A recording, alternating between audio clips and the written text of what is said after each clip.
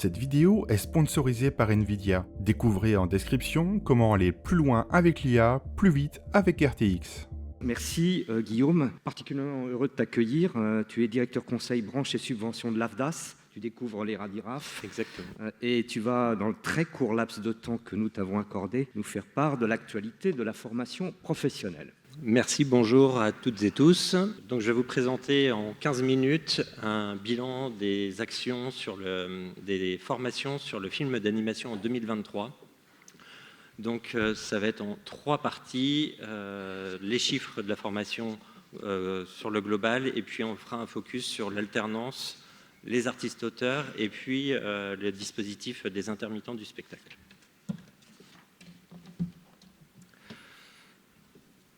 Donc, sur ce graphique, on vous montre l'évolution des bénéficiaires de formation entre 2016 et 2023. On voit que depuis 2021, on a une augmentation, il y a eu un creux évidemment sur les années 2020-2021 et qu'on a repris un rythme croissant depuis 2022 avec 739 bénéficiaires de formation sur le film d'animation qui sont répartis plutôt 2 tiers permanents et puis 1 tiers intermittent du spectacle. Et on a une croissance sur 2023 de plus 7% au global, avec une plus forte augmentation sur les bénéficiaires chez les intermittents du spectacle, mais c'est un peu global sur l'ensemble du périmètre des intermittents du spectacle, pas spécifiquement sur le film d'animation.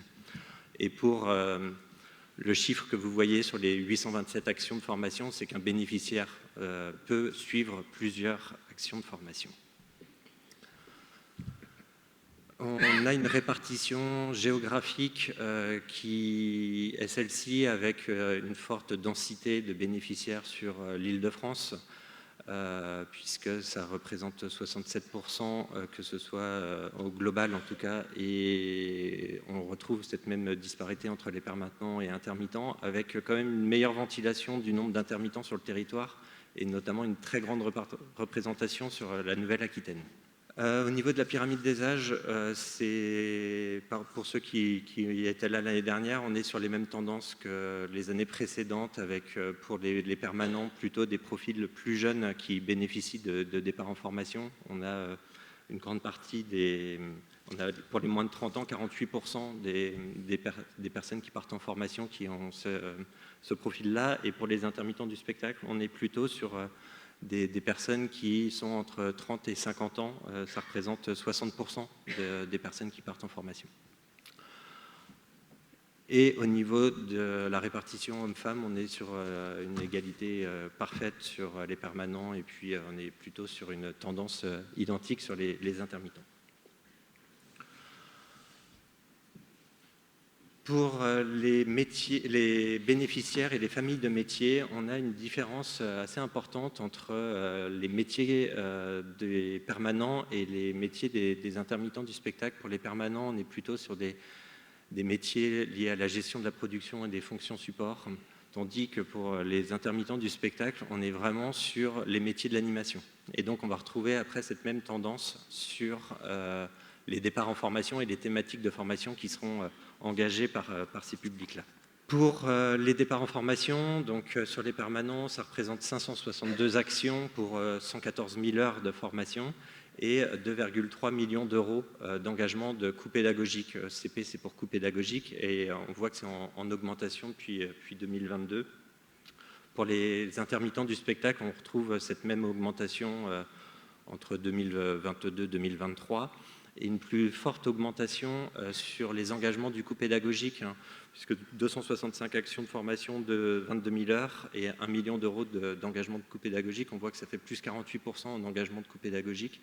C'est que les prises en charge des services de l'AFDAS sur l'année 2023 ont été plus importantes. Les règles de gestion ont évolué, ce qui a permis de mieux financer les projets de formation. Je vais assez vite, ça va? Ça a l'air bien. Dans le timing. Je ne voudrais pas avoir 28 slides après en 5 minutes. Pour les permanents, donc comme je vous disais, on retrouve un peu les mêmes tendances que les métiers qu'on retrouve pour les activités des permanents, avec une grande partie de formations un peu transverses. Alors ça va être des formations support, type management, droit, anglais, comptabilité, prévention des risques, violence, harcèlement sexuel et sexiste. Et pour les intermittents du spectacle, on va être sur une grande majorité sur des formations plutôt techniques, audiovisuelles et cinéma. Focus sur l'alternance, on voit que donc on a toujours ces deux contrats en alternance qui coexistent, le contrat d'apprentissage et le contrat de professionnalisation. Le contrat d'apprentissage, c'est le contrat qui est le plus utilisé, que ce soit dans le film d'animation, ce que l'on retrouve ici, mais de toute façon, globalement, au niveau national et aussi dans les secteurs de l'AFDAS, on voit que de toute façon, c'est ce contrat-là qui prédomine, puisque c'est celui qui a des prises en charge qui sont le plus intéressantes actuellement, avec notamment des aides à l'embauche qui ont cours actuellement, qui sont de 6 000 € pour l'embauche d'un alternant et d'un apprenti. On voit qu'il y a 126 contrats qui ont été conclus en 2023 dans le film d'animation versus 28 contrats sur les contrats de professionnalisation.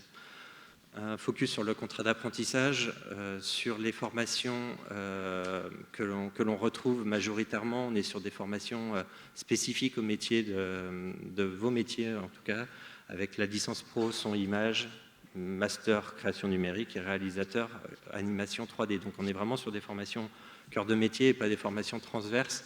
Donc c'est des typologies de contrats, en tout cas, qui peuvent être conclus dans vos secteurs avec plutôt des niveaux relativement hauts, de niveau 5 à 7.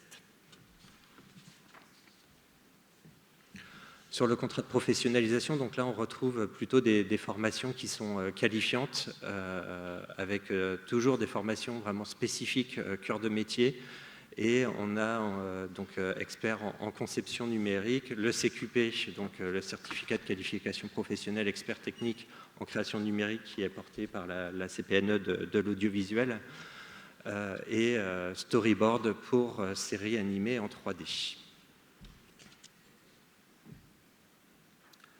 Le focus sur la POEC, la préparation opérationnelle à l'emploi, donc qui permet à des demandeurs d'emploi de pouvoir bénéficier de formations avant d'intégrer une structure, ce qui permet sur un bassin donné de pouvoir bénéficier d'une session de formation pour un certain nombre de bénéficiaires sur des projets spécifiques et identifiés sur un territoire.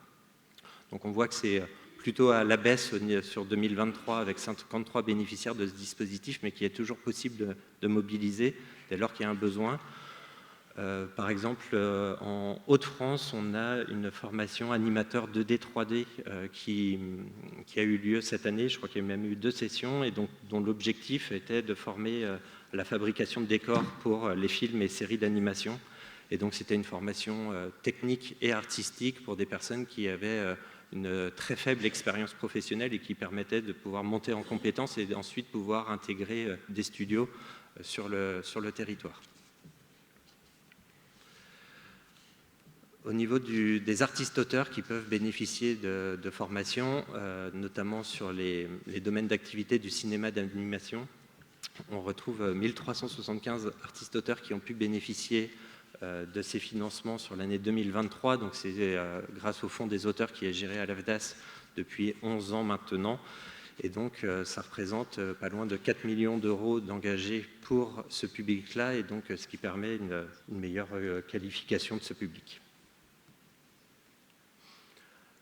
La reconversion des intermittents du spectacle. Donc l'année dernière, il vous avait été présenté ces 3 dispositifs, avec le dispositif AFDAS de développement des compétences qui permet aux intermittents d'avoir une formation technique et spécifique pour pouvoir augmenter leurs compétences et pouvoir adapter leurs compétences à l'évolution des métiers. Mais on a aussi les 2 dispositifs connexes dont on voulait vous reparler aujourd'hui, qui permettent la professionnalisation en dehors de ce dispositif AFDAS, qui sont le compte personnel de formation. Comme tout actif en France, il bénéficie du compte personnel de formation. La spécificité, c'est que ces intermittents du spectacle peuvent bénéficier d'un abondement. C'est un abondement que l'AFDAS verse directement à la caisse des dépôts qui gère le CPF, pour pouvoir bénéficier, au-delà de leur compteur CPF, d'un abondement. Cet abondement, jusqu'à présent, était de 1 350 €. Et depuis août 2024, il est passé à 5 000 € par projet de formation. Donc ça veut dire qu'un intermittent du spectacle qui n'aurait pas de droit à FDAS ou qui n'a plus de droit à FDAS peut quand même bénéficier de formations, soit pour des formations spécifiques à leur métier, soit pour des formations de reconversion ou de diversification professionnelle. Et puis il reste également le dispositif de transition professionnelle, donc qui est géré en région par Transition Pro, et pour lequel les intermittents du spectacle peuvent bénéficier de formations. Donc là, on est exclusivement sur des projets de reconversion.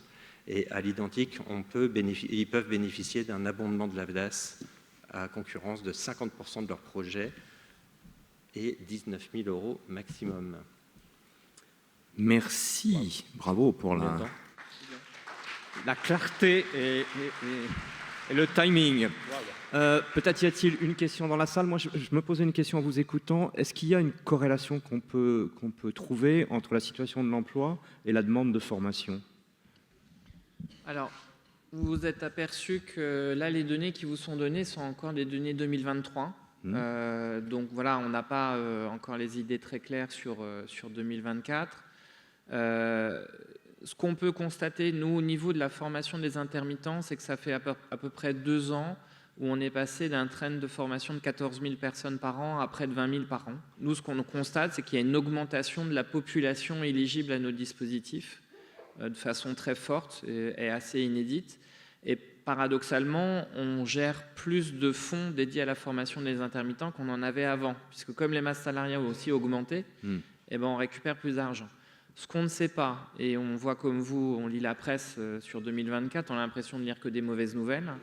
On ne sait pas si cette embellie va durer, on ne sait pas combien de temps ça va durer, et en tout cas, nous, ce qu'on va proposer la semaine prochaine au pôle paritaire qui gère les fonds intermittents, c'est d'être assez précautionneux, parce que le fonds est à quelques réserves, et d'essayer d'économiser ces réserves pour une période dont on peut penser qu'elle soit très creuse sur 25, 26, 27. Voilà.